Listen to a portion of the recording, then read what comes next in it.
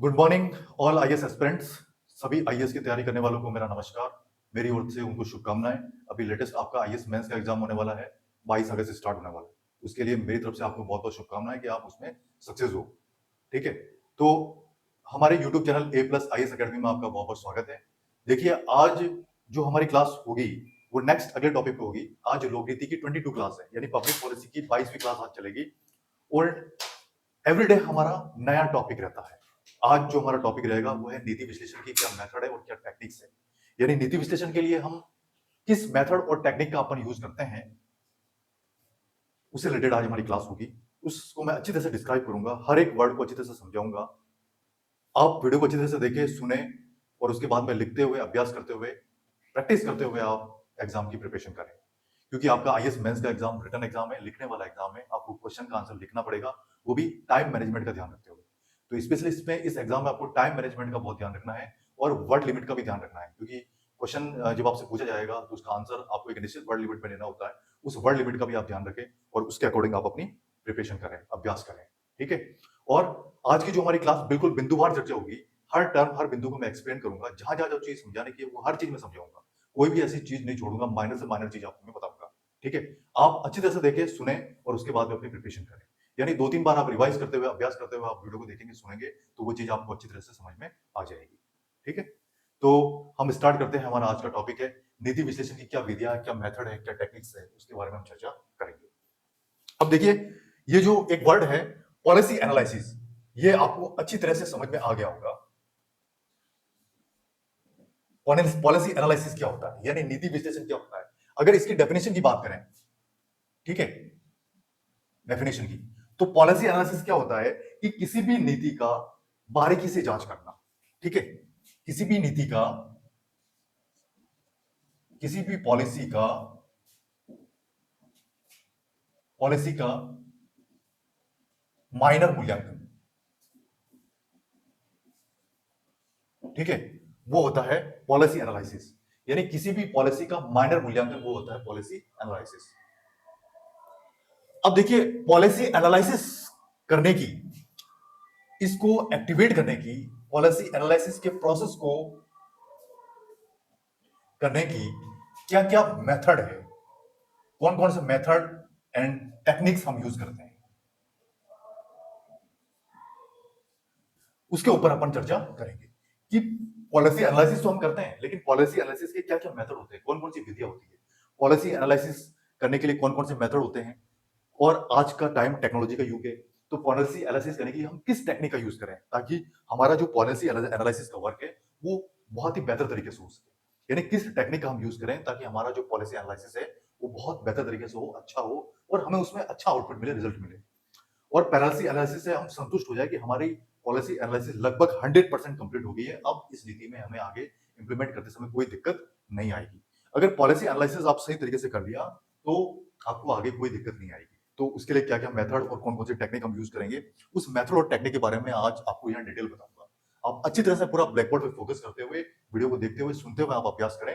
हर चीज को मैं अच्छी तरह से समझाऊंगा। आप अच्छी तरह से एग्जाम की आप प्रिपरेशन करें।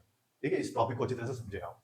ठीक है, अब देखिए इसमें आगे नीति विश्लेषणकर्ता। देखिए, नीति विश्लेषणकर्ता से क्या तात्पर्य है इस वर्ड से, इसका मीन्स ये होता है, मीनिंग कि नीति का विश्लेषण करने वाले। विश्लेषणकर्ता का मतलब विश्लेषण करने वाले, वे लोग जो विश्लेषण करते हैं, एनालिसिस करते हैं। वो एनालिसिस करते वक्त भिन्न भिन्न विधियों, अलग अलग विधियों और टेक्निक का यूज करते हैं। ठीक है, अलग अलग विधियों और टेक्नोलॉजी, अलग अलग मेथड और टेक्नोलॉजी का यूज करते हैं, मेथड एंड टेक्निक। ठीक है, कि एनालिसिस करते हैं हम सुबह, हम किन विधियों को यूज करें, किन टेक्निक को यूज करें ताकि वो एनालिसिस हमारा बेटर तरीके से हो, यही इसमें बताया गया। ठीक है, अब देखिए, विधियों और तकनीक, जो मेथड और तकनीक इसमें अपनाते हैं, दो चीजें अपनाते हैं, मेथड और टेक्नोलॉजी। उसको आप, ये लोग क्या करते हैं, विश्लेषण करता मेथड और टेक्नोलॉजी को विभिन्न आरेख द्वारा व्यक्त करते हैं। नंबर फर्स्ट, आरेख द्वारा व्यक्त करते हैं। नंबर टू, रेखा चित्रों द्वारा भी व्यक्त करते हैं। थर्ड, तालिकाओं द्वारा व्यक्त करते हैं। फोर्थ, उसको गणितीय समीकरणों द्वारा भी व्यक्त किया जाता है। ठीक है, विधियों व मेथड को आरेख, आरेख का मतलब आप एक तरह से कह सकते हैं जैसे ग्राफ, ग्राफ के द्वारा व्यक्त किया। रेखा चित्रों द्वारा, कोई रेखा चित्र द्वारा उसको व्यक्त किया जा सकता है ना। इसमें कोई चीज दे दी, इसमें कोई चीज दी, अलग अलग इसमें टॉपिक दे दिया, ठीक है, कोई भी आपकी तालिका हो सकती है, कोई टेबल हो सकती है, टेबल के रूप में उसको व्यक्त किया जाता है। कोई भी आपकी मैथमेटिकल इक्वेशन हो सकती है, मैथमेटिकल समीकरण हो सकती है, उसके द्वारा इन विधियों में तकनीकों का यूज किया जाता है पॉलिसी एनालिसिस के दौरान। ठीक है, तो आपसे आईएएस मेंस में ये क्वेश्चन पूछा जा सकता है कि पॉलिसी एनालिसिस करते वक्त किन मेथड और तकनीकी का यूज किया जाता है, वो भी आज के समय में, उसको आप समझाइए।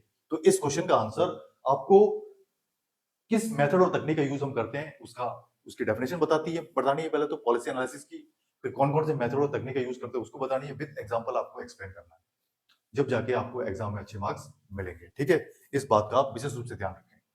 अब देखिए, जो मेथड और तकनीक है, कौन कौन से मेथड और तकनीक है, उसका जो क्या एग्जाम्पल है आज के टाइम में, क्या उसका उदाहरण है, जैसे लागत लाभ विश्लेषण। अब जैसे ये है, अब लागत लाभ विश्लेषण से रिलेटेड कोई पॉलिसी है, उसमें क्या लागत आ रही है, क्या लाभ आ रहा है, उसका एनालिसिस हमें करना है। इस पॉलिसी के अंदर क्या लागत, कितना इन्वेस्टमेंट कर रहे हैं और कितना बेनिफिट हमें हो रहा है, उसका एनालिसिस किया जाएगा। निवेश निर्गम विश्लेषण, इसमें क्या होगा, नंबर फर्स्ट तो ये है एग्जांपल, नंबर सेकंड एग्जांपल है आपका निवेश निर्गम विश्लेषण। निवेश निर्गम विश्लेषण का मतलब कितना इन्वेस्टमेंट आप कर रहे हैं और कितना आउटपुट आपको मिल रहा है, उसका एनालिसिस उसमें किया जाएगा, उसका विश्लेषण उसमें किया जाएगा। सर्वेक्षण विधियां, है ना, सर्वेक्षण विधियां, कौन कौन सी मेथड उसमें यूज किया जाएगा, उसका सर्वेक्षण से रिलेटेड जो मेथड होगा, ये है आपका थर्ड नंबर एग्जांपल। कंप्यूटर अनुरूपण पर स्पष्टीकरण तकनीक है, यानी कंप्यूटर का, आज का टाइम कंप्यूटर का युग है, बहुत पहले से कंप्यूटर आ चुका है हमारे यहाँ, और कंप्यूटर का किस तरह से कंप्यूटर का आप इस पॉलिसी एनालिसिस के अंदर इसका उपयोग करेंगे, इस मेथड का उपयोग करेंगे, वो इसमें दिखाया जाए। इष्टतम तकनीक है, इष्टतम तकनीक का मतलब आज के परिप्रेक्ष्य की सर्वश्रेष्ठ टेक्निक। ठीक है, अब इसका जो एग्जांपल है, फॉर एग्जांपल है रेखी क्रमोदेशन तकनीक, ये एक कंप्यूटर टेक्निक है। रेखी क्रमोदेशन तकनीक यानी कोई भी लीनियर वे में आप कोई टेक्निक का यूज करते हैं, लीनियर वे टेक्निक। ठीक है, लीनियर वे टेक्निक का यूज किया जाता है, तो वो कहलाता है आपका रेखिक क्रमोदेशन तकनीक। ये आपकी एक कंप्यूटर की टेक्नोलॉजी है आज के तारीख में, आज के परिप्रेक्ष्य में। तो इस टेक्नोलॉजी का उपयोग पॉलिसी एनालिसिस में किया जाता है और बहुत बेटर तरीके से किया जाता है। देखिए, पुराने टाइम में जब पॉलिसीज बनती थी, आज से अगर हम 50 साल की बात करें, 50 साल पहले भी पॉलिसीज बनती थी, जब जब गवर्नमेंट आई पॉलिसीज बनती है, बिना पॉलिसी के कोई गवर्नमेंट रन करती नहीं है, गवर्नमेंट पॉलिसीज से ही काम करती है, नीतियां बनती है, नीति का इंप्लीमेंटेशन होता है। आज के टाइम में जैसे जैसे समय बदलता है, नई नई टेक्नोलॉजी आती है, उस नई नई टेक्नोलॉजी का यूज किया जाता है। आज का युग टेक्नोलॉजी का युग है, तो आज पॉलिसी एनालिसिस में, पॉलिसी मेकिंग में, पॉलिसी इंप्लीमेंटेशन में, सब में टेक्नोलॉजी का यूज किया जाता है, और बहुत ही बेटर और नई नई टेक्नोलॉजी का यूज किया जाता है। जो जो नई नई टेक्नोलॉजी आती रहती है, उनको ऐड किया जाता है और नई नई टेक्नोलॉजी के बारे में हमें बताया जाता है। जैसे एक एग्जाम्पल मेरे को बताता हूँ, जब इलेक्शन हुआ था एक बार, तो राजस्थान में जो अजमेर डिस्ट्रिक्ट है, अजमेर के कलेक्टर थे श्रीमान राजेश यादव, उन्होंने उस समय एक ऐसे मेथड और ऐसी टेक्नोलॉजी का यूज किया था कि जो भी कर्मचारी थे, सबको ऑनलाइन पेमेंट की व्यवस्था उन्होंने की थी, क्योंकि जो जो कर्मचारी इस इलेक्शन में पार्टिसिपेट थे, उन सबको ऑनलाइन पेमेंट की उन्होंने व्यवस्था की थी, ताकि वो ऑनलाइन पेमेंट मतलब कम समय में हो जाए और हमें उसमें टाइम भी ज्यादा लगे, और हमारा कम टाइम में वो काम हो जाए और कम लोगों में वो काम हो जाए। इस टेक्नोलॉजी के लिए उनको भारत के राष्ट्रपति, प्रधानमंत्री द्वारा उनको प्राइज भी दिया गया, नेशनल लेवल का उनको अवार्ड दिया गया। तो ये एक एग्जाम्पल है जो मैंने आपको बताया। ठीक है, अब देखिए, विश्लेषण की प्रक्रिया में जो सीमांत विश्लेषण होता है, ये नीति विश्लेषण में ये महत्वपूर्ण भूमिका निभाता है। सीमांत विश्लेषण नीति विश्लेषण में महत्वपूर्ण भूमिका निभाता है। कैसे, क्यों? सीमांत विश्लेषण इसके नाम से स्पष्ट है। सीमांत का मतलब एक निश्चित सीमा में रहते हुए विश्लेषण करना, यानी पर्टिकुलर, जैसे एक विश्लेषण में कोई रूल्स रेगुलेशन लागू होते हैं, एक निश्चित सीमा में रहते हुए, निश्चित दायरे में रहते हुए किसी पर्टिकुलर नीति का विश्लेषण करना, वो कहलाता है सीमांत विश्लेषण। ये नीति विश्लेषण का महत्वपूर्ण पार्ट माना जाता है, और नीति विश्लेषण में इनका बहुत ही महत्वपूर्ण रोल रहता है। किसका रहता है? सीमांत विश्लेषण का। ठीक है, अब देखिए, ये न्यू टॉपिक है आगे, नीति विश्लेषण का प्रोसेस। ये न्यू टॉपिक है। ठीक है, अब देखिए, नीति विश्लेषण का जो प्रोसेस है वो कैसे होता है, प्रोसेस किन चरणों से होकर गुजरता है, उसके बारे में हम चर्चा करेंगे। इसमें एक लोक प्रशासन के बहुत अच्छे विद्वान हुए, जिनका नाम मैं आज तीसरी बार ले रहा हूं, पैटर्न और सावेकी। ये पैटर्न और सावेकी लोक प्रशासन के बेस्ट स्कॉलर है, best scholar of public administration.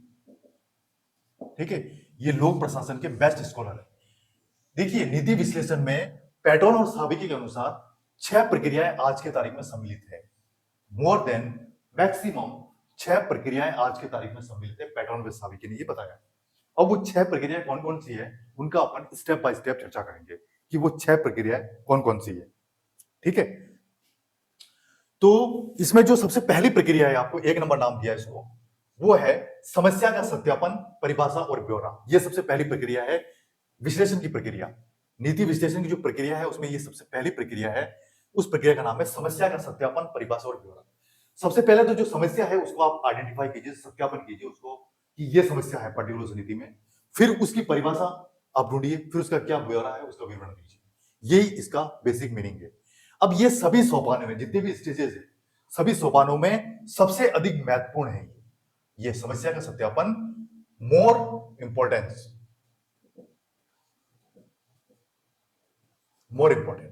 यानी सभी सोपानों में सबसे अधिक ये महत्वपूर्ण है। ठीक है, समस्या का सत्यापन क्यों महत्वपूर्ण है? क्योंकि बहुत बार समस्या विश्लेषण का जो उद्देश्य होता है वो स्पष्ट नहीं होता है। क्योंकि बहुत बार ऐसी कंडीशन आ जाती है कि जो समस्या का हम विश्लेषण करें, जो समस्या विश्लेषण हम करते हैं, समस्या का विश्लेषण तो हम करें, लेकिन इस समस्या का एम क्या है वो एम स्पष्ट नहीं हो पाता कि इस समस्या विश्लेषण करने का मेन उद्देश्य क्या है। जब तक आपका मेन उद्देश्य स्पष्ट नहीं है, मेन आपका टॉपिक ही या मेन सब्जेक्ट ही आपका स्पष्ट नहीं है, मेन ऑब्जेक्ट आपका स्पष्ट नहीं है, तो आप उसका कभी विश्लेषण नहीं कर सकते, आप उसका एनालिसिस नहीं कर सकते। एनालिसिस करने के लिए एक पर्टिकुलर ऑब्जेक्ट होना चाहिए, पर्टिकुलर सब्जेक्ट होना चाहिए, पर्टिकुलर एम होना चाहिए। विदाउट एम हम किसी भी नीति का सही तरीके से विश्लेषण नहीं कर सकते। यानी aim is must necessary for analysis any policy. इस बात को आप विशेष रूप से ध्यान रखें। ठीक है, अब देखिए आगे इसमें क्या बताया गया है। कुछ मामलों में ऐसा होता है कि एम स्पष्ट नहीं होते हैं। कुछ मैटर ऐसे होते हैं जिसमें एम यानी उद्देश्य परस्पर विरोधी होते हैं, एम स्पष्ट नहीं होते, परस्पर एक दूसरे के विरोधी होते हैं। जब आपका एम स्पष्ट नहीं है, एम परस्पर एक दूसरे के विरोधी है, तो आप कभी भी नीति विश्लेषण सही तरीके से नहीं कर सकते, क्योंकि एम आपस में टकरा रहा है, उद्देश्य आपस में टकरा रहा है, एक दूसरे का वो विरोध कर रहे हैं, तो आप कभी भी नीति का सही तरीके से विश्लेषण नहीं कर सकते। इसके लिए ये कंडीशन होनी चाहिए कि एम आपका एक तो स्पष्ट होना चाहिए और आवश्यक है। एम स्पष्ट होना चाहिए और आवश्यक है, यानी आपका जो एम है, एम वो स्पष्ट प्लस सुलझा हुआ होना चाहिए।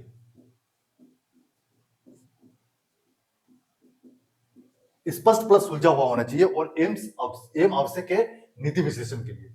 एम कंपल्सरी तो है लेकिन वो सुलझा हुआ और स्पष्ट होना चाहिए। इस बात का विशेष रूप से ध्यान रखें।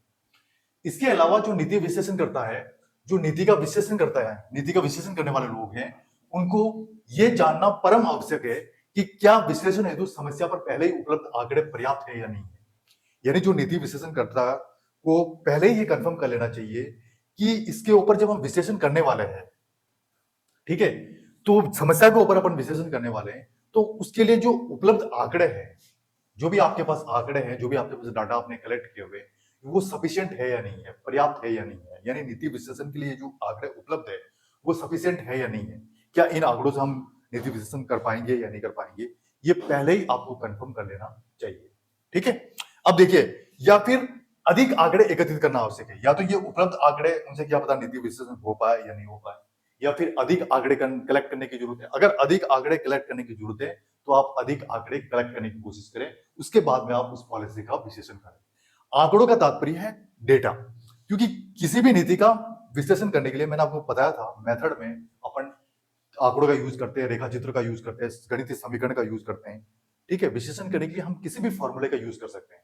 तो इसमें अगर आंकड़ों का यूज करना, आंकड़े यानी कोई आपका मैथमेटिकल कोई लिमिट हो सकती है, मैथमेटिकल नंबर हो सकते हैं, आपको वो आपके आंकड़े हो सकते हैं, तो वो नीति के लिए पर्याप्त है या नहीं है। अगर पर्याप्त नहीं है तो अधिक आंकड़े पहले कलेक्ट करो, फिर अधिक आंकड़े कलेक्ट करने के बाद में उस पॉलिसी का आप विश्लेषण करो। ठीक है, जब जाके आपका पॉलिसी का विश्लेषण बेटर तरीके से हो पाएगा और आपको बेटर रिजल्ट मिल पाएगा। ठीक है, अब देखिए आईएएस मेंस में ये भी आपका क्वेश्चन पूछा जा सकता है कि नीति विश्लेषण की प्रोसेस कैसे होता है, इसको आप समझाइए। ये भी आपका आईएएस मेंस में क्वेश्चन पूछा जा सकता है। तो सबसे पहले इसमें आपको नीति विश्लेषण प्रोसेस की डेफिनेशन देनी है। देन नीति विश्लेषण प्रोसेस में जो 6 प्रक्रिया हैं उनका आपको एक्सप्लेन करना है। इस एक प्रक्रिया को मैं अभी यहाँ समझा रहा हूँ, वो आपकी चल रही है। इस प्रोसेस को अच्छी तरह से एक्सप्लेन करना है विद आज के टाइम के एग्जाम्पल, जब जाके आपको एग्जाम में अच्छे मार्क्स मिलेंगे और आप अच्छा परफॉर्म एग्जाम में कर पाएंगे। इस बात का विशेष रूप से आप ध्यान रखें। ठीक है, अब देखिए इसमें आगे आपका एक न्यू टॉपिक है, आधारभूत नीति विश्लेषण प्रक्रिया, है ना, दैट इज न्यू टॉपिक। इसी के अंदर एक न्यू टॉपिक है, इसको मैं आपको डायग्राम के द्वारा एक्सप्लेन करूंगा, ठीक है। डायग्राम के द्वारा ये आपको अच्छी तरह से समझ में आएगा, ठीक है। अब देखिए इस पर्टिकुलर एक बॉक्स को मैं ए नाम दे देता हूं, ठीक है। इस पर्टिकुलर बॉक्स को बी नाम दे देता हूं, इसको मैं सी नाम दे देता हूं, इसको मैं डी नाम दे देता हूं, और इसको मैं ई नाम दे देता हूं, और इसको एफ नाम दे देता हूं। यानी टोटल मिला के अगर बात करें तो 1 2 3 4 5 और 6 बॉक्स बन गया। यहां पे आपको 6 बॉक्स नजर आ रहे हैं इस आरेख के अंदर। ये जो पर्टिकुलर रेखा चित्र है, इसमें आपको 6 प्रकार के बॉक्स नजर आ रहे हैं। अब देखिए आधारभूत नीति विश्लेषण का प्रोसेस कैसे होता है वो इसको समझाया गया है इसमें, ठीक है। अब देखिए सबसे पहले क्या करेंगे अपन, समस्या का सत्यापन, परिभाषा और ब्यौरा देंगे। सबसे पहले तो उस पर्टिकुलर नीति में क्या समस्या है उसको आइडेंटिफाई करेंगे, उसका ऑथेंटिक ऑथराइज करेंगे, उसको वेरीफाई करेंगे, देन उसकी ब्यौरा देंगे, उसका विवरण देंगे। समस्या को पहचान के, समस्या का सत्यापन करके समस्या का ब्यौरा देंगे, उस पर्टिकुलर नीति में क्या समस्या आ रही है, देन उसका विश्लेषण प्रक्रिया स्टार्ट होगी, ठीक है। सबसे पहला काम तो अपन ये करेंगे। फिर ये जो काम है ये रिलेटेड है वैकल्पिक नीतियों की पहचान। वैकल्पिक नीतियों की आप पहचान करते हुए पहले वैकल्पिक नीतियों की पहचान करेंगे, और उसके समस्या का सत्यापन आपने कर लिया। ये और ये दोनों एक दूसरे से रिलेटेड है। बॉक्स नंबर 1 और 3 कोरिलेटेड, 1 वे 3 आर रिलेटेड, ठीक है। अब देखिए बी बॉक्स क्या है, मूल्यांकन मानदंड की पहचान। जो आपने मानदंड स्थापित किया है, किसी भी नीति का हम मानदंड स्थापित करते हैं, कोई ना कोई मापन जरूर होता है, उसकी भी पहचान करना आपको आना चाहिए। सबसे पहले मूल्यांकन करो, उसकी मानदंड की पहचान करो, ये box number B. 3rd number condition है, ये मूल्यांकन मानदंड आप पहचान करेंगे, उसके बाद में क्या करेंगे, वैकल्पिक नीतियों की पहचान करेंगे। ये स्टेप बाय स्टेप चलेगा, 1st, 2nd और 3rd, उसके बाद आप वैकल्पिक नीतियों की पहचान करेंगे। जो आपकी नीतियां हैं उनकी आप पहचान करोगे, वैकल्पिक नीतियां क्या ऑप्शनल नीतियां उनकी आप पहचान करोगे, और बी और सी भी आपस में एक दूसरे से रिलेटेड है। B and C are sequence and correlated, ठीक है। अब देखिए वैकल्पिक नीतियों की पहचान कर ली, देन आप करेंगे वैकल्पिक नीतियों का मूल्यांकन। वैकल्पिक नीतियों की आपने पहले पहचान कर ली, फिर आप करेंगे वैकल्पिक नीतियों का मूल्यांकन, ठीक है। उसके बाद आप करेंगे वैकल्पिक नीतियों का प्रदर्शन व उनमें अंतर स्थापित करना। वैकल्पिक नीतियों का प्रदर्शन करेंगे आप, परफॉर्मेंस करेंगे, देन उसमें अंतर स्थापित आप करेंगे। उसके बाद में लास्ट वर्क आप करेंगे कार्यान्वित नीतियों का पर्यवेक्षण, यानी जो ऑब्जर्वेशन का इंस्पेक्शन का जो प्रोसेस होगा वो सबसे लास्ट में जाके करेंगे। फर्स्ट ये करेंगे, देन ये करेंगे, देन ये करेंगे, देन ये करेंगे, उसके बाद में ये सब कुछ स्टेप बाय स्टेप चलेगा, और इसमें कुछ चीजें आपस में रिलेटेड है। यानी समस्या का सत्यापन से स्टार्ट होगी कोई भी प्रोसेस, और वो उस नीति के पर्यवेक्षण पे खत्म होगी। समस्या के सत्यापन से स्टार्ट होगी और उस नीति के पर्यवेक्षण पे जाके वो कंप्लीट हो जाएगी। ये आपका पर्टिकुलर प्रोसेस रहेगा। अब इसमें अगर आप आधारभूत नीति का विश्लेषण करना चाहते हैं, इस प्रोसेस में आप किसी पर्टिकुलर नीति का एग्जाम्पल देके, जैसे कोई नीति आपने बना ली, अब उस नीति में आप समस्या का सत्यापन करें। सबसे पहली बात तो पर्टिकुलर नीति आपके सामने है, सब्जेक्ट आपके सामने है, उस नीति में आप समस्या का सत्यापन करें, उसकी परिभाषा दे और ब्यौरा दे। वो आपने कर लिया नीति में। फिर उस नीति का मूल्यांकन मानदंड की पहचान करें उस नीति में, ठीक है। फिर उस नीति में आप वैकल्पिक नीतियों की पहचान करें, पर्टिकुलर उस नीति में के अंदर भी क्या ऑप्शनल नीतियां हैं उनकी आप पहचान करें, देन उसमें वैकल्पिक नीतियों का मूल्यांकन करें। वैकल्पिक नीतियों की पहचान आपने कर ली, फिर वैकल्पिक नीतियों का मूल्यांकन करें। वैकल्पिक नीतियों का मूल्यांकन आपने कर दिया, फिर वैकल्पिक नीतियों का प्रदर्शन आप करें, परफॉर्मेंस करें, वे उनमें अंतर स्थापित करें। जो वैकल्पिक नीतियों की आपने पहचान की है, जो वैकल्पिक नीतियों का आप प्रदर्शन करने जा रहे हैं, उन परस्पर दो वैकल्पिक नीतियों में कितना डिफरेंस है उसको आप परफॉर्मेंस करें, उसको आप इंडिकेट करें कि इन दो नीतियों में क्या अंतर है, ठीक है। ये काम आपने कर लिया। उसके बाद में लास्ट में होगा जो कार्यान्वित, यानी जो इंप्लीमेंटेशन नीतियां हैं उनका ऑब्जर्वेशन करें, आप पर्यवेक्षण करें, उनका इंस्पेक्शन करें, उनका मूल्यांकन करें। Observation is the last process of any policy. इस बात का आप विशेष रूप से ध्यान रखें, ठीक है। तो ये हो गया आपका आधारभूत नीति विश्लेषण प्रक्रिया, यानी जो प्रोसेस चल रहा है उसमें पहला ही प्रोसेस है, उसमें एक तरह से ये आपका एग्जांपल भी हो गया, एक न्यू टॉपिक भी हो गया।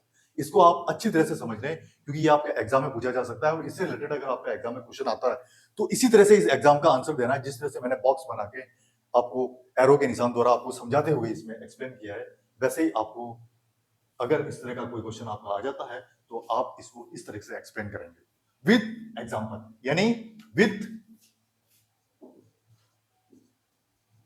Any policy example present time. ठीक है, आज के समय का जो एग्जांपल है वो देके आप इस प्रोसेस को समझाएंगे ताकि आपको बहुत अच्छा इफेक्ट पड़े एग्जामिनर के ऊपर, क्योंकि ये बहुत इंपॉर्टेंट है, मोर इंपॉर्टेंट, मोस्ट आईएमपी। ठीक है, क्लियर। अब देखिए जो निधि विश्लेषण का जो अगला प्रोसेस है, सेकंड नंबर प्रोसेस है, वो है आपका मूल्यांकन मानदंड स्थापित करना। देखिए सेकंड नंबर प्रोसेस है आपका, किसी भी पॉलिसी का आप मूल्यांकन मानदंड स्थापित करेंगे, यानी कोई भी नीति है उसका कोई न कोई मानदंड जरूर होता है, कोई न कोई मापन जरूर होता है, वो आप निर्धारित करेंगे सबसे पहली बात। ठीक है, सेकंड में यही करेंगे। अब इसमें क्या समझाया गया, देखो जो विकल्प होते हैं, बहुत सारे ऑप्शंस आपके पास अवेलेबल होते हैं, नीति से रिलेटेड बहुत सारे ऑप्शन आपके पास अवेलेबल होते हैं। इन ऑप्शंस में से उसका आप आकलन करेंगे, उसका एनालिसिस करेंगे, आकलन करने के बाद में तुलना और चयन करेंगे, सबसे कंपैरिजन, देन सेलेक्ट करेंगे उसको। ये करने के लिए आपको सुसंगत मानदंड होना चाहिए, यानी ये सारा चीज विकल्पों में, नीति में आप उसके नीति का तुलना करने के लिए, चयन करने के लिए सुसंगत मानदंड कंपलसरी है। ठीक है, ये बिल्कुल कंपलसरी है, क्योंकि मानदंड जब तक नहीं होगा आप किसी भी नीति में आगे नहीं बढ़ सकते। किसी भी नीति का आप मानदंड स्थापित करेंगे जब जाके आप विश्लेषण की प्रक्रिया में आगे बढ़ सकते हैं, उसका एनालिसिस आप बेटर तरीके से, बहुत अच्छे तरीके से कर सकते हैं, बहुत माइनर कर सकते हैं और बहुत ही सूक्ष्म तरीके से आप विश्लेषण उसका कर सकते हैं। लेकिन उसकी कंडीशन क्या है कि आपके पास सुसंगत मानदंड होना चाहिए, कोई ना कोई मानदंड आपके पास होना कंपलसरी है। इस बात को आप अच्छी तरह से समझ लें। ठीक है, अब देखिए यहां पर लागत, जो इन्वेस्टमेंट है, लागत है, उसमें कितना बेनिफिट आपको हो रहा है, क्या इफेक्ट उसका पड़ रहा है, कितने कैपेबल लोग उसमें काम कर रहे हैं, प्रशासनिक सुविधाएं क्या क्या है, ठीक है, वैधता ऑथेंटिक है या नहीं है, राजनीतिक स्वीकार्यता है या नहीं है, पॉलिटिकल लोग इसको एक्सेप्ट करते हैं या नहीं करते हैं, इन पर विचार करना भी जरूरी है। देखिए मूल्यांकन मानदंड में इन सारे टॉपिक के ऊपर चर्चा करना जरूरी है। सबसे पहली बात लागत, आपका इन्वेस्टमेंट कितना, आप बजट कितना इसके ऊपर प्लान कर रहे हैं किसी भी पॉलिसी के ऊपर। नंबर 2, उसमें आपको बेनिफिट कितना हो रहा है, यानी जब आप किसी नीति को रन करेंगे तो उसमें आपको बेनिफिट कितना होगा, आउटपुट आपको कितना मिलेगा, इस बात का भी एनालिसिस होना जरूरी है। वो नीति किस तरह से इफेक्टिव है, जनता के ऊपर किस तरह से इफेक्टिव डाल रही है, सरकार के ऊपर उसका क्या इफेक्ट पड़ रहा है, आप इनपुट देने के बाद में क्या उसका आउटपुट मिल रहा है, वो भी उसमें आपको आना चाहिए, वो भी आपको कैलकुलेट करना आना चाहिए। यानी उस नीति में पर्टिकुलर जो लोग काम कर रहे हैं वो कितने दक्ष है, कितने कैपेबल है, कितने एक्सपर्ट है, कितने अपने सब्जेक्ट स्पेशलिस्ट है, या जो लोग उनको काम कर रहे हैं उनको क्या प्रशासनिक सुविधा दी जा रही है, एडमिनिस्ट्रेशन जो फैसिलिटी है उनको क्या प्रोवाइड की जा रही है उन लोगों को, ये भी उसमें कैलकुलेट किया जाना मस्ट नेसेसरी है। और उस नीति वो किस तरह से ऑथेंटिक है या नहीं है, रूल्स रेगुलेशन के अकॉर्डिंग वो राइट है या नहीं है, वो भी उसमें देखा जाना चाहिए। पॉलिटिकल जो बड़े बड़े नेता हैं, पॉलिटिकल लीडर उसको एक्सेप्ट करते हैं या नहीं करते हैं उस पॉलिसी को, इन सब टॉपिक के ऊपर विचार करना चाहिए, विचार किया जाना चाहिए मानदंड से रिलेटेड। मानदंड जब आप किसी पॉलिसी का स्थापित करते हैं तो इन सारे टॉपिक्स के ऊपर चर्चा करना मस्ट नेसेसरी है। बिना इन सारे टॉपिक पे चर्चा किए हुए आप किसी भी पॉलिसी का मानदंड स्थापित नहीं कर पाएंगे, मापन स्थापित नहीं कर पाएंगे। ठीक है, अब देखिए जो थर्ड पॉलिसी है, थर्ड नंबर प्रोसेस है, वो है आपका वैकल्पिक नीतियों की पहचान करना। यानी नीतियों के अंदर आप ऑप्शनल पॉलिसीज की पहचान करना, ऑप्शनल पॉलिसीज को आइडेंटिफाई करना, ये इसका अगला प्रोसेस रहता है। अब ये कैसे आप आइडेंटिफाई करेंगे कि मानदंड स्थापित तो आप कर लेंगे, मानदंड आपने स्थापित कर लिया, उसके बाद में आपका अगला काम रहेगा वैकल्पिक नीतियों की पहचान करना। यह है आपका अगला स्टेप, नेक्स्ट स्टेप। देन उसमें से श्रेष्ठ को चुनना, यानी जो अगला आपका स्पेस रहेगा, नीतियों में से वैकल्पिक नीतियों की पहचान करना और उसमें से सर्वश्रेष्ठ पॉलिसीज की चुनना, सर्वश्रेष्ठ डेटा को चुनना, सर्वश्रेष्ठ पॉइंट को चुनना, सर्वश्रेष्ठ ऑब्जेक्ट को चुनना, सर्वश्रेष्ठ सब्जेक्ट को चुनना, ये आपका अगला प्रोसेस रहेगा।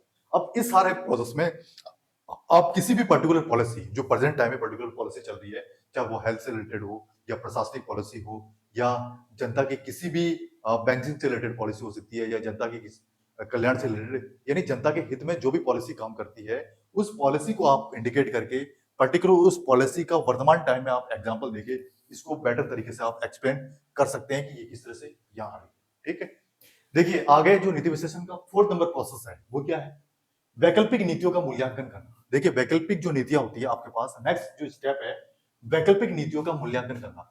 यानी नीतियों में से आपने नीतियां खोज के फिर उसका मूल्यांकन करना, है ना? जो नीतियों के अंदर से नीतियां निकाल के फिर उसका मूल्यांकन करना। अब ये कैसे होता है? देखिए ये प्रोसेस कैसे होता है? इन दिस स्टेज का मतलब इस अवस्था में मूल्यांकन करना आवश्यक हो जाता है। यानी इस अवस्था में मूल्यांकन करना आपका आवश्यक हो जाता है, मस्ट नेसेसरी हो जाता है। यानी इस अवस्था में तो आपको मूल्यांकन करना ही पड़ेगा, बिना मूल्यांकन आप आगे नहीं बढ़ सकते। पहले मूल्यांकन करेंगे देन फर्दर स्टेज आप आगे बढ़ेंगे, ठीक है? यानी इस अवस्था में पहले मूल्यांकन होगा, फिर आप आगे बढ़ेंगे, ठीक है? ये सबसे इंपॉर्टेंट है और सबसे मस्ट है। अब ये क्यों करना जरूरी है? क्योंकि प्रत्येक संभव वैकल्पिक नीतियां पहले से स्थापित मानदंड के लिए उपयोगी हो सकती है। यह करना इसलिए जरूरी है क्योंकि प्रत्येक संभव वैकल्पिक नीतियां, जो प्रत्येक संभव आपको ऐसा लग रहा है कि इस नीतियों में वैकल्पिक नीतियां पॉसिबिलिटी है, तो पहले से ही इसमें उचित मानदंड स्थापित कर लेना उपयोगी हो सकता है। यानी पहले से इसमें उचित मानदंड आप स्थापित करके अगर आगे बढ़ेंगे तो ये आपके लिए काफी यूजफुल साबित हो सकता है। लेकिन ये आपको पहले डिसाइड करना पड़ेगा। और क्यों करना पड़ेगा इसका रीजन भी मैंने आपको बता दिया है अच्छी तरह से। क्योंकि हो सकता है जो भी आप नीति यूज कर रहे हैं उस नीति में अधिक पॉसिबिलिटी हो सक्सेस होने की, है ना? इससे निष्कर्ष ये निकलता है कि उस नीति का पहले से ही अधिक पॉसिबिलिटी हो सक्सेस होने की। लेकिन उसकी शर्त ये होगी कि उसमें पहले से ही उचित मानदंड अगर आपने स्थापित कर लिया तो वो काफी उपयोगी, काफी हेल्पफुल साबित हो सकती है ना? काफी हेल्पफुल साबित एनी फ्यूचर टाइम, ठीक है? अब देखिए मूल्यांकन हेतु, देखिए जो मूल्यांकन की कंडीशन है इस हेतु क्या जरूरी है? परिमाणात्मक और गुणात्मक दोनों विशेषण होना जरूरी है। देखिए परिमाणात्मक का मतलब क्वांटिटी प्लस क्वालिटी, यानी ये दोनों कंडीशन उसमें होना जरूरी है। क्वांटिटी भी होना जरूरी है तो क्वालिटी भी होना जरूरी है। दोनों का विशेषण होना जरूरी है। किसी भी नीति का अगर आप मूल्यांकन करते हैं तो उसमें परिमाणात्मक यानी उस मात्रा उसमें ज्यादा होनी चाहिए, है ना? और क्वालिटी भी होनी चाहिए, क्वालिटी बेस्ड होना चाहिए और मात्रा उसमें ज्यादा होनी चाहिए। ये चीज आपको अच्छी तरह से समझ में आ गई होगी कि ये बहुत इंपॉर्टेंट है। ये दोनों कंडीशन बहुत इंपॉर्टेंट है किसी भी नीति का मूल्यांकन करने के लिए। Quality and quantity must necessary, इस बात को आप अच्छी तरह से समझ लें। क्वालिटी और क्वांटिटी का मस्ट नेसेसरी होना जरूरी है, ठीक है? अब देखिए ये जब अच्छी तरह से होगा, आपका परिणाम भी अच्छा, परिमाणात्मक क्वालिटी भी अच्छी है, क्वांटिटी भी अच्छी है, तो ऑटोमेटिक जो आपका मूल्यांकन है वो व्यापक और प्रभावी होगा और उसकी अधिक होगा, उसकी व्यापकता और प्रभाविकता अधिक होगी। अगर ये दोनों कंडीशन ऑटोमेटिक है तो ये जो आगे ये जो इसका प्रोसेस है ऑटोमेटिक बहुत बेटर आपको रिजल्ट मिलेगा। यानी इसमें आपको ऑटोमेटिक बेटर रिजल्ट ये आपको मिलेगा, ठीक है? ये इस तरह की कंडीशन में ऑटोमेटिक बेटर रिजल्ट आपको ऑटोमेटिक मिलेगा। इस बात को आप अच्छी तरह से समझ लें, ठीक है? अब देखिए इसमें क्या होता है कि ये जो मूल्यांकन है, ये जो मूल्यांकन की स्टेज है, ये 4th नंबर स्टेज है। अब आगे आपकी 5th नंबर स्टेज आएगी। 5th नंबर स्टेज में और इसके जस्ट आगे का प्रोसेस होगा, ठीक है? ये प्रोसेस यहां तक कंप्लीट हो गया। अब किसी भी नीति का विश्लेषण, उसका अगला प्रोसेस वहां आगे से स्टार्ट होगा, ठीक है? देखिए अब जो अगला प्रोसेस है 5 नंबर प्रोसेस है वो क्या है? वैकल्पिक नीतियों का प्रदर्शन और उसमें अंतर स्पष्ट करना। यानी वैकल्पिक नीतियों का कैसे प्रदर्शन होगा और कैसे उसमें अंतर स्पष्ट करेंगे, ये आपका 5 नंबर प्रोसेस है किसी भी नीति विश्लेषण का। अब ये कैसे किया जाता है? यानी जो जितनी भी पॉलिसीज है आपकी, सारी पॉलिसी में ये सब वर्क किया जाता है। कौन सा वर्क किया जाता है? नीतियों का प्रदर्शन और उसमें अंतर स्पष्ट करना। इसमें दो कंडीशन होती है, दो काम होते हैं। फर्स्ट नीतियों का प्रदर्शन, दूसरा उनमें अंतर स्पष्ट करना। नीतियों का परफॉर्मेंस कैसा होगा और उन नीतियों में कैसे आप अंतर स्पष्ट करेंगे, कैसे इसमें डिफरेंसेस को आप देखेंगे, वो सब कुछ इस प्रोसेस में किया जाता है। और ये लगभग सभी पॉलिसीज में ये सारा वर्क किया जाता है। पॉलिसीज में प्रदर्शन और उनमें अंतर स्पष्ट करना। देखिए ये वर्क करने के बाद में आपको क्या रिजल्ट मिलेगा? ये वर्क किया जाता है क्योंकि ताकि उसमें यह देखा जा सके, किसमें देखा जा सके? उस पर्टिकुलर नीति में यह देखा जा सके कि नीति जो प्रदर्शन है वो किस स्तर तक परिमाणात्मक व गुणात्मक रहा है। यानी ये कैलकुलेट किया जा सके कि जो नीति का प्रदर्शन है, नीति का जो परफॉर्मेंस है, वो किस स्तर तक परिमाणात्मक यानी क्वांटिटी एंड क्वालिटी युक्त रहा है। क्वांटिटी एंड क्वालिटी युक्त किस स्तर तक, यानी जिस आपने नीति का प्रदर्शन किया है, नीति का प्रदर्शन हो रहा है, वो किस स्तर तक उसकी क्वालिटी में मिली है, किस स्तर तक उसकी क्वांटिटी में मिली है। क्वांटिटी का मतलब उस नीति में स्रोत रिसोर्सेज हमें ज्यादा मिले, और क्वालिटी का मतलब हर रिसोर्सेज में कोई ना कोई क्वालिटी है, यानी वो कोई ना कोई इफेक्ट आपके ऊपर डाल रहा है, यानी उसमें क्वालिटी है, गुण है, ताकि उसमें हमें भविष्य में बेटर रिजल्ट मिल पाएगा। अगर ये condition if in this condition fulfill, then future time better output received। ठीक है, ये होगा in this condition fulfil then future time better output receive. अगर ये कंडीशन अप्लाई होती है तो आपको फ्यूचर में बहुत अच्छे परिणाम मिलेंगे, लेकिन उसकी शर्त ये होनी चाहिए कि उस नीति प्रदर्शन में वो नीति प्रदर्शन क्वांटिटी युक्त हो और क्वालिटी युक्त हो। ठीक है, और नेक्स्ट इसके बाद क्या होगा, इसके बाद सर्वश्रेष्ठ नीति को कार्यान्वयन हेतु प्रस्तुत किया जाता है। सर्वश्रेष्ठ नीति का चयन कर लिया जाता है, सर्वश्रेष्ठ नीति का चयन, देन उसको आगे इंप्लीमेंट करने हेतु प्रेजेंट कर लिया जाता है, यानी उस नीति को इंप्लीमेंट करने हेतु प्रेजेंट कर लिया जाता है कि ये नीति अब तैयार है, ये नीति पूरी तरह से तैयार है, अब इसका आप प्रेजेंटेशन दीजिए। प्रेजेंटेशन में पूरा प्रेजेंटेशन दिया जाता है कि इस नीति में इस नीति का निर्माण ऐसे हुआ, फिर ये नीति आगे जाकर ये वर्क करेगी, यानी पूरा प्रेजेंटेशन ए टू जेड उसमें दिया जाता है।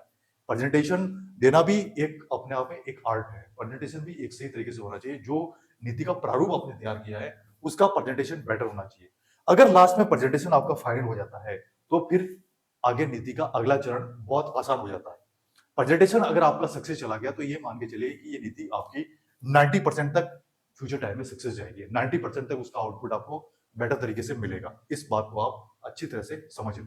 ठीक है, देखिए नीति विश्लेषण का जो अगला प्रोसेस है, 6 नंबर प्रोसेस क्या है आपका, कार्यान्वित नीति की मॉनिटरिंग करना। अब जो 6 नंबर आपका प्रोसेस है, ये है आपका किसी भी नीति विश्लेषण का लास्ट प्रोसेस। ये क्या है, जो नीति आपने कार्यान्वित कर दी उसकी मॉनिटरिंग करना, यानी कार्यान्वित नीति की मॉनिटरिंग, उसकी मॉनिटरिंग भी जरूरी है। कार्यान्वित नीति की मॉनिटरिंग यह तय करती है क्या समस्या का समाधान समुचित रूप से हुआ है, यानी जो कार्यान्वित जो इंप्लीमेंटेशन नीति है, जो इंप्लीमेंट आप कर रहे हैं, वो ये डिसाइड कर रही है कि नीति का समस्या का समाधान समुचित ढंग, यानी कोई भी पॉलिसी है उसका कोई भी समस्या आती है, मान लो उसका समाधान सही ढंग से हुआ है, यानी पर्टिकुलर समस्या को आपने आइडेंटिफाई किया, देन उस समस्या का सही समय पे राइट टाइम में सही समाधान हुआ है या नहीं है, ये मॉनिटरिंग तय करता है। ठीक है, ये बात आपको अच्छी तरह से समझ में आ गई। ये बहुत इंपॉर्टेंट टॉक है, इंपॉर्टेंट टॉक कि उसका मतलब किसी भी पॉलिसी की समस्या आपने पहचान ली, अब उस समस्या का समाधान सही ढंग से हुआ है या नहीं। अगर समस्या का समाधान सही ढंग से हो गया देन आपको ये फिक्स हो जाएगा कि आपकी मॉनिटरिंग प्रोसेस बिल्कुल राइट वे में जा रहा है, आपकी मॉनिटरिंग बिल्कुल सही तरीके से जा रही है, यानी आपका ऑब्जर्वेशन बिल्कुल राइट वे में जा रहा है। ठीक है, और क्या चुनी हुई नीति उचित ढंग से कार्यान्वित की जा रही है नहीं जा रही है, यानी जिस नीति का आपने सिलेक्शन किया है उस नीति का सही ढंग से कार्यान्वयन किया जा रहा है या नहीं किया जा रहा है, यानी सही ढंग से वो नीति इंप्लीमेंट हो रही है नहीं हो रही है, ये भी आपको मॉनिटरिंग के प्रोसेस से आइडेंटिफाई हो जाएगा कि वो नीति सही ढंग से प्रोसेस हो रही है या नहीं हो रही है। वो किससे आइडेंटिफाई होगा, आपकी मॉनिटरिंग से। मॉनिटरिंग वर्ड पहले भी आ चुका है, इसको मैं बहुत अच्छी तरह से एक्सप्लेन किया हुआ है मॉनिटरिंग क्या होता है, आप पहले की वीडियोस में देखना कि मॉनिटरिंग जहां पे आया है उसको मैंने बहुत अच्छी तरह से विद एग्जांपल आपको एक्सप्लेन किया है, बार बार इसको एक्सप्लेन करने की जरूरत नहीं है, आपको अच्छी तरह से समझ में आ गया होगा। नेक्स्ट, अगर ये प्रोसेस हो जाता है ताकि समय रहते अपेक्षित सुधार, यानी कार्यान्वित की जा रही है नहीं जा रही है, समय रहते अगर उसमें सुधार करने की जरूरत है उस पॉलिसी में, तो उसमें समय रहते उसके लक्ष्य उसमें सुधार करके उसके निश्चित जो पर्टिकुलर फिक्स एम है, यानी निश्चित जो उसका उद्देश्य है, उसके उद्देश्य को हम प्राप्त किया जा सके। समय रहते उसमें करेक्शन करके नीति के उद्देश्य को प्राप्त किया जा सके। ये कब होगा, जब आप मॉनिटरिंग सही तरीके से कर लेंगे। मॉनिटरिंग करते हुए अगर आपकी मॉनिटरिंग प्रक्रिया सही हो गई तो समय रहते हुए उन उद्देश्यों को सही टाइम पे उसमें सुधार करके उन उद्देश्यों को प्राप्त किया जा सके। ये किसी भी पर्टिकुलर इस जो प्रोसेस है 6 नंबर प्रोसेस, इसमें आप किसी भी एनी पॉलिसी